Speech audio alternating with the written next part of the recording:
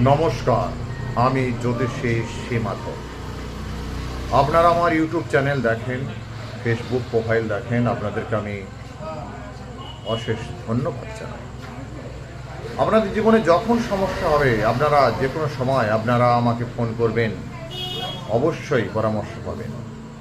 আর যারা হস্তরেখা বিচার করাতে চাইছেন, ভাবছেন কোথায় যাবেন, কিভাবে যাবেন, কোনো চিন্তা করবেন না।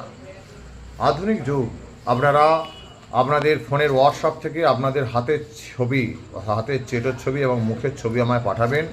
আর আমার ফোনপেতে মাত্র 100 টাকা পাঠাবেন।